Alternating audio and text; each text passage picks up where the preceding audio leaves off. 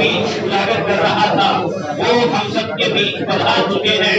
आदरणीय कर्नल राज्यवर्धन सिंह जी राठौर, वीर वसुंधरा, जवानों की जननी, संतों की स्थली, शहीदों की सुचिता, झुंझुनों की पावन धरा पर आपके पदचापों की एक ध्वनि और उसमें स्वागत करते हुए संपूर्ण तमाम एक्स झुंझुनों के पदाधिकारी और पूर्व सैनिक जोरदार तालियों से कपल ध्वनि से आपका हार्दिक स्वागत है अभिनंदन। जहाँ पर इस जिले की मिट्टी में ऐसा कोई गांव और ढाणी नहीं जहाँ से यहाँ के जवान इस माँ भारती के रक्षार्थ हेतु ना निकले हो। भारत माता की जय, भारत माता की जय, भारत माता की जय। बहुत बहुत स्वागत है एक बार पुणे आपकी। विशिष्ट सेवा मेडल से सम्मानित है आप, पद्म श्री से सम्मानित है आप, खेल रत्न से सम्मानित है आप, अर्जुन अवार्डी पदक से सम्मानित है आप। 26 वर्षों तक इन्होंने, और मैं लीजिए एक बार पुणे आप सबको आपकी जोरदार कपल ध्वनि के बीच निवेदन करूं, आदरणीय कर्नल राज्यवर्धन सिंह जी राठौर, सांसद जयपुर ग्रामीण और पूर्व केंद्रीय मंत्री भारत सरकार, सर आप पधारे, अपने आसन ग्रहण करें और आज के झुंझुनू सर्विसेज लीग में बतौर मुख्य मेहमान आप झुंझुनू की पावन धरा पर पधार रहे हैं। बहुत बहुत स्वागत है और अभिनंदन करेंगे। मैं और सभी सैनिकों से भी निवेदन है कि मेरा अपना आसन ग्रहण करें। आप महेंद्र सिंह जी अध्यक्ष क्षेत्रीय लोग, आपसे भी निवेदन है कि आप भी मंच पर अपना स्थान ग्रहण करें। श्रीमान सुरेश जी सुबेदार ग्रहण करें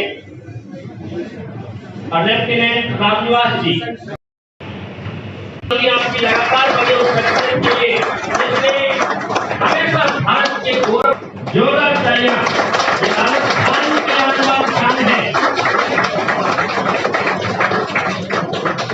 धरती घोरारी या धरती मीठे घोरारी, बहुत खूबसूरत, बहुत खूबसूरत, आपके बहुत खूबसूरत, जोरदार जोरदार तालियां। तो हर कोई चाहता है कि मैं उस हस्ती का उस सक्षम का आज हमारा गौरव सेनानियों की ये बैठक और इसमें मेरे साथ मंच पर एक्स सर्विसमैन लीग के अध्यक्षता कर रहे कैप्टन महेंद्र सिंह जी, यहाँ पर विशिष्ट अतिथि के रूप में कप्तान अमरचंद खेलर जी, कप्तान छगन सिंह जी, कप्तान श्रीनिवास जी, कप्तान विजयपाल सिंह जी, कप्तान नेवी के सुरेंद्र सिंह जी, सुबेदार रामनिवास ठाकर जी, हवलदार राजपाल फोगाट जी, हवलदार महेंद्र सिंह जी, सुबेदार सुरेश जी, लेफ्टिनेंट रामनिवास जी, मंच संचालक विजय हिंद जी, यहाँ पर मौजूद मेरे सभी गौरव सेनानी जो बहुत कम समय पर जो यहाँ पर मेरे सम्मान के लिए मुझसे बातचीत करने के लिए यहाँ उपस्थित हुए हैं। सबसे पहले तो आप सबको धन्यवाद, आप सबको राम राम, आप सबको बहुत अच्छा लगा। एक परिवार के रूप में आप सब इकट्ठे हुए हैं और आप सबके बीच में मुझे वाकई घर जैसा महसूस हो रहा है। उसके लिए मुझे एक बार फिर आपको धन्यवाद।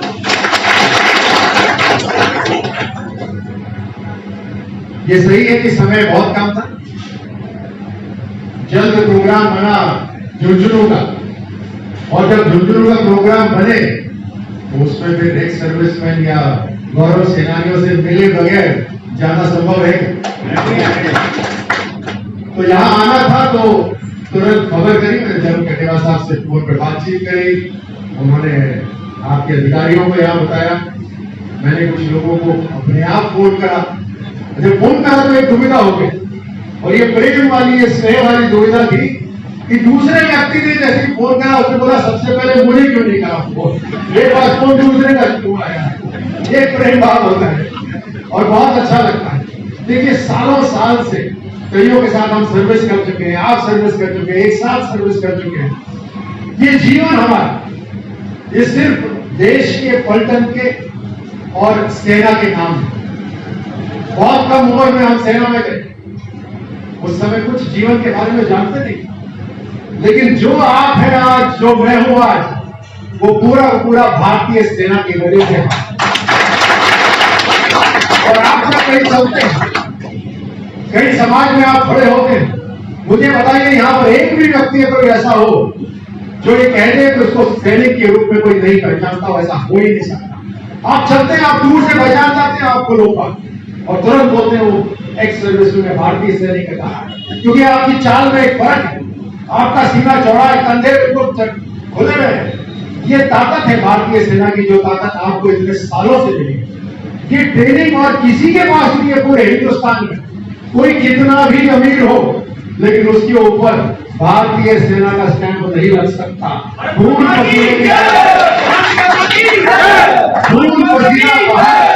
खून पसीना बहाकर सियाचिन की -40 डिग्री में सर्विस करकर, घरों के अंदर अपने दिन बिताकर, समुद्र में या जंगलों में आप जहां लीच खा जाती है वहां पर आपने सर्विस करी है, तब जाकर आपको यह स्टैंप मिला है कि भारतीय सेना से आप जुड़े हुए।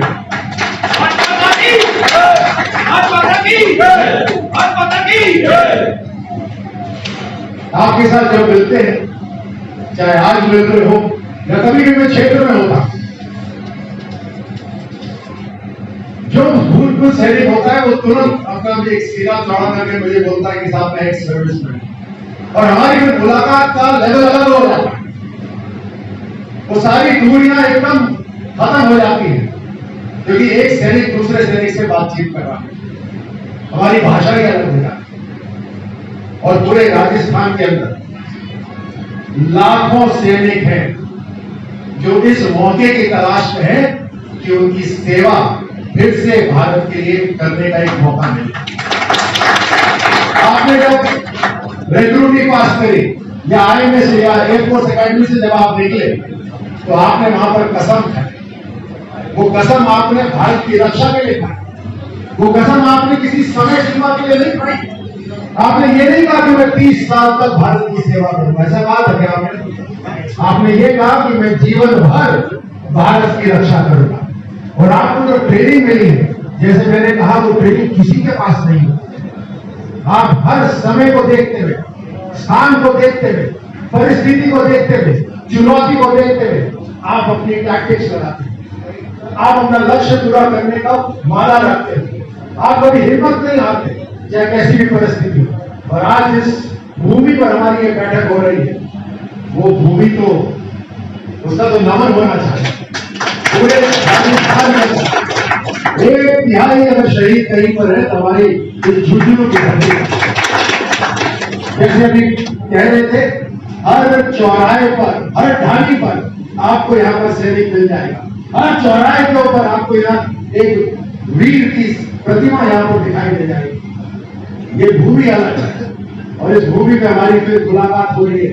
कई वर्षों बाद मुलाकात हो रही है, या कई लोगों के साथ पहली बार मुलाकात हो रही है।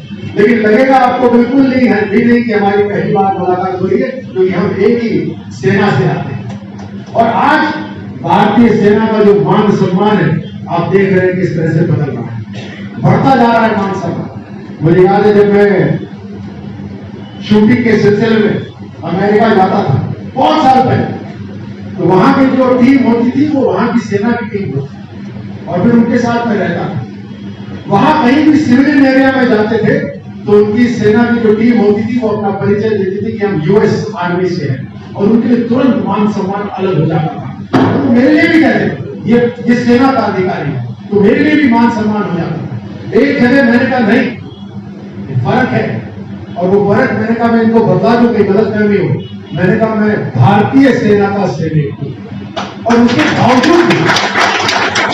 बावजूद भी आपको गर्व होगा ये सुनकर कि US की जो सिविलियन थे उन्होंने बोला आप सैनिक हो, हमारे लिए वही बहुत बड़ी बात है। उस तरह का मान सम्मान था। और आज भारत में भी ऐसी स्थिति हो गई। आप कहीं पे भी जाइए, आपको असाधारण नागरिक अगर मिलते हैं और उनको पता चलता है आप सैनिक हो, तो आपका मान सम्मान अलग हो जाता है। ये पिछले 8 साल में फर्क आया कि हमारा पूरी दुनिया और देश आज भारतीय सेना को मान रही है। और जो हमने कसम खाई वो हमें कसम याद होनी चाहिए, और जो ट्रेनिंग हमें मिलेगी वो ट्रेनिंग हमें याद होनी चाहिए। हमारी जिम्मेदारी अभी खत्म नहीं हुई है। खास तौर से मैं अगर आज आप और हम बैठकर बात कर रहे हैं तो सबसे बड़ा संदेश यही होना चाहिए कि आपकी और हमारी जो ड्यूटी है वो अभी खत्म नहीं हुई। जब तक सांस है, जब तक हम इस देश की सेवा करते रहेंगे, इस देश की सुरक्षा।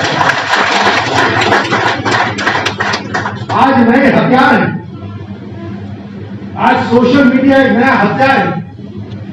जब आप सेना में थे तो सरहद पे दुश्मन को रोक लेते थे, जो वायुसेना में थे वो हवाई जहाज से किसी को अंदर नहीं आने देते थे, नौसेना वाले अपनी तटों की रक्षा करते थे। लेकिन आज आप घर के बाहर भी बैठे हो तो भी आप घर को पूरी तरह सुरक्षित नहीं कर सकते, क्योंकि सोशल मीडिया के माध्यम से आपके बेडरूम तक जो देश को विभाजन करने वाली शक्तियां हैं वो सीधे अंदर पहुंच सकती है। आपके बच्चों के फोन के ऊपर किस किस तरह के संदेश आ रहे हैं आपको पता भी नहीं चलेगा। इसलिए इस नए हथियार को अपनाना है। जैसे आप हर जगह अपनी टैक्टिक्स चेंज करते थे, आप बर्फ में, पहाड़ों पे, भवनों पे, रेगिस्तान में जब काम करते थे आप अपनी टैक्टिक्स चेंज करते थे, आप अपने कपड़े भी अलग पहनते थे, आप गाड़ियों पे पेंट अलग करते थे। वैसे ही आज हमारे पास नए हथियार हैं। सोशल मीडिया का प्रचार करना बहुत जरूरी है। आपको याद है 71 और 75 की लड़ाई के अंदर हवाई जहाज दुश्मन के आते थे, पर्चे फेंकते थे साइकोलॉजिकल वॉरफेयर के लिए। आज वो जमाना नहीं रहा। आज सोशल मीडिया से तुरंत किसी के भी घर तक पहुंचाया जा सकता है। इसलिए अपनी बात रखनी, समाज को एकजुट करने वाली बात, समाज को मजबूत करने वाली बात सोशल मीडिया में चलानी बहुत जरूरी है। आप आज एक जो बात करेंगे और वो जो सिपाही की, एक सैनिक की जो बात होती है ना, वो बहुत दूर तक जाती है। तो आप जब अपनी बात रखेंगे तो आपकी चौपाल तक भी सीमित नहीं रहेगी, वो बात लाखों मील दूर जाएगी। और कोई शानदार बात होती है तो वायरल हो जाती है, लोग बोलते हैं सैनिक ने कहा है। और मैं आज ये भी आपको बता दूं कि आप अपने आप को भूतपूर्व कहना छोड़ दीजिए। आप जीवन में जब सैनिक एक बार होता है तो पूरे जीवन भर के लिए वो सैनिक है।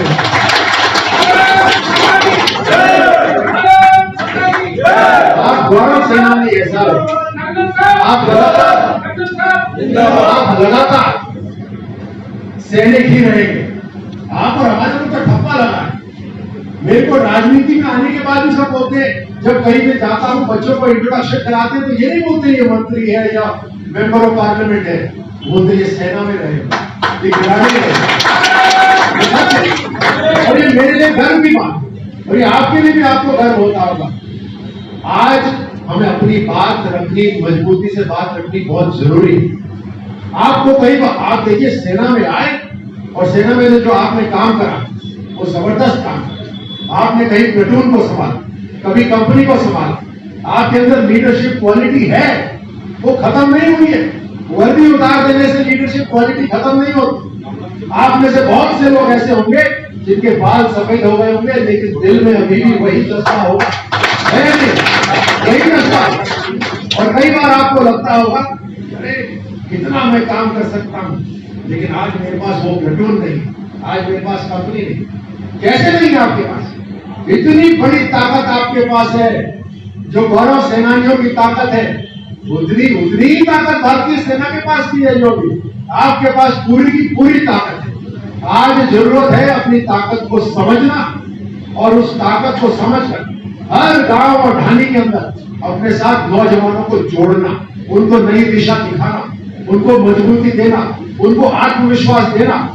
किस तरह से ड्रग फैल रहा है पंजाब के अंदर, मैं जब बच्चों से बात करता हूँ, पुलिस वालों से बात करता हूँ, मुझे अचंभा, मुझे दुख होता है कि राजस्थान के अंदर भी उनके ड्रग्स आती जा रही है। ये हमारे आने वाली पीढ़ी को तबाह कर देंगे। इसको सफल नहीं होने देना। और ये तभी हो सकता है जब गौरव सेनानी वापस से अपने जूते वापस बांध रहे, बेल्ट टाइट कर ले, तब ये संभव होगा। सुल्तान साहब यहाँ बैठ के बोल रहे हैं वापस से बेल्ट टाइट करनी पड़ेगी। करेंगे, बिल्कुल करेंगे। जब जैसे मैंने कहा जब तक जिएंगे तब तक इस देश के लिए जिएंगे, अपने आने वाली पीढ़ी को मजबूत करेंगे। और अब मैं वो समय भी मैंने देखा है जब एक्स सर्विसमैन जिस दिन रिटायर होते थे उस दिन उनकी पेंशन बंद जाती थी, उसके बाद नहीं बढ़ती थी। सालों साल तक इन्फ्लेशन, महंगाई बढ़ती जाती थी, लेकिन एक्स सर्विसमैन की पेंशन उतनी ही रहती थी। मुझे वो भी याद है जब एक सर्विसमैन ने अपने खून से लगे हुए पत्र सरकार को लेके 40 से 50 साल तक कोशिश करते रहे कि हमारी पेंशन बढ़नी चाहिए, लेकिन ऐसा संभव नहीं हुआ। लेकिन आज अपन गर्व से कह सकते हैं, मेरे पिताजी हो, आप सब हो, गांव के अंदर जितने भी हमारे गौरव सेनानी हो, आज उनको जो पेंशन मिल रही है वो पूरे समाज में उनको इज्जत, उनको स्वाभिमान देने वाली पेंशन मिल रही है। आज जब हमारे सेना से सेवानिवृत्त होकर आते हैं तो कोई ना कोई रोजगार शुरू करते हैं। उनमें हिम्मत भी है, विश्वास भी है, क्षमता भी है, हर चीज सेना में ट्रेनिंग दी है, अलग अलग व्यवसाय शुरू करें। आज हर तरह से जो हमारे गौरव सेनानी है वो मजबूत बनते जा रहे हैं और मुझे गर्व होता है जब भी मैं किसी गौरव सेनानी से मिलता हूं और वो मुझे बताते हैं कि आज मैंने वहां ठेकेदारी का काम करा या मैंने कोई रिटेल कुछ शुरू करा है, मुझे गर्व होता है इस बात से। क्योंकि हमारा एक समय हमने सेना में अपनी सर्विस दी, अब हमें इस देश की अर्थव्यवस्था को भी मजबूत करना है, हमें समाज को भी मजबूत करना है। ये बड़े गर्व की बात है। और मैं आज यहाँ पर आपके पास आया हूँ, आपको मैं इस बात का विश्वास दिलाना चाहता हूँ कि आप और हम एक ही परिवार के हैं, एक ही परिवार के हमेशा रहेंगे। आप हमारा एक अलग रिश्ता, हमें मजबूती करनी है, हम अकेले नहीं रह सकते। और इसीलिए जैसे मैंने पहले आपसे आग्रह करा कि सैनिक अकेला नहीं रह सकता। आप लीडर हैं, लीडर थे और लीडर रहेंगे, और इसलिए लगातार आपके साथ नौजवानों की सेना होनी चाहिए।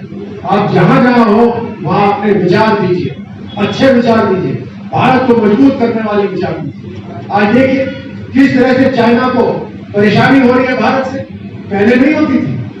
पहले चाइना को लगता था कि भारत ऐसा है कि आंख दिखाओ तो पीछे हट जाएंगे, लेकिन आज का भारत अलग है। आज चाइना की सेना को आंख में आंख डालकर बोलती है भारतीय सेना कि तुम पीछे हटो, हम वहीं रहेंगे। ये भारत की ताकत है। आपने देखा किस तरह से वहां पर भारतीय सेना ने रातों रात कुछ पहाड़ियों के ऊपर कब्जा करा, चाइना की सेना को पीछे हटना पड़ा उस कारण से। आज 3 गुना ज्यादा इंफ्रास्ट्रक्चर के, बॉर्डर इंफ्रास्ट्रक्चर के ऊपर पैसा खर्च हो रहा है। बड़ी बड़ी सड़कें बन रही है, ऑल वेदर रोड बन रही है, बड़े बड़े पुलिया बन रहे हैं। वहां लेह लद्दाख के अंदर टैंकों की पूरी रेजिमेंट वहां पहुंचा दी गई। आज भारतीय सेना हर तरह से मजबूत हो रही है, नौसेना मजबूत हो रही है, आत्मनिर्भर बनते जा रहे हैं। आज ड्रोन की पूरी तैयारी हो रही है हर तरह से। और आपको इस बात का भी डर होगा कि आज वो सेना है जो दुश्मन के घर में घुसकर प्रहार करके वापस आती है। तो जैसे मैंने पहले कहा, हम सेवानिवृत्त नहीं हुए। आपने जो कसम खाई थी वो जीवन भर की कसम खाई थी। तो आज भी हमें अपने आने वाली पीढ़ी के लिए, समाज के लिए, देश के लिए काम करना है। और आप जहां पे भी हो, अकेले नहीं, टीम तैयार करनी। और आज जैसे मोबिलाइजेशन हुई, जैसे आपने कहा कि समय कम था, मैं तो यही कहता हूं कि मोबिलाइजेशन हुई और क्या शानदार मोबिलाइजेशन हुई। समय देंगे तो और भी बढ़िया। आप सबको बहुत बहुत धन्यवाद। आपकी इस एक सर्विसमैन लीग को मैं बधाई देता हूं, शुभकामनाएं देता हूं। और मुझे इस बात का भी गर्व होता है कि पुलिस के अंदर जो वैकेंसीज है, राजस्थान सरकार के अंदर जो वैकेंसीज है, शिक्षकों के लिए जो वैकेंसीज है, वो भर्ती जा रही है भूतपूर्व सैनिकों से, गौरव सेनानियों से। कोई वैकेंसी खाली नहीं जानी चाहिए, पूरी तैयारी होनी चाहिए। और हमने जो ट्रेनिंग करी है उस ट्रेनिंग का लाभ समाज को अलग अलग तरीकों से मिलना चाहिए। आज आपने मुझे यहाँ आने का, सुनने का, आपसे मिलने का मुझे सौभाग्य दिया, मुझे अवसर दिया, उसके लिए मैं आप सबको बहुत बहुत धन्यवाद देता हूँ। लेकिन ये हमारी आखिरी मीटिंग नहीं होगी, हम लगातार मिलते रहेंगे। और जब भी आप मुझसे कभी भी मिले तो आपका सबसे पहले परिचय यही होना चाहिए कि आप एक गौरव सेनानी हैं। बहुत बहुत धन्यवाद।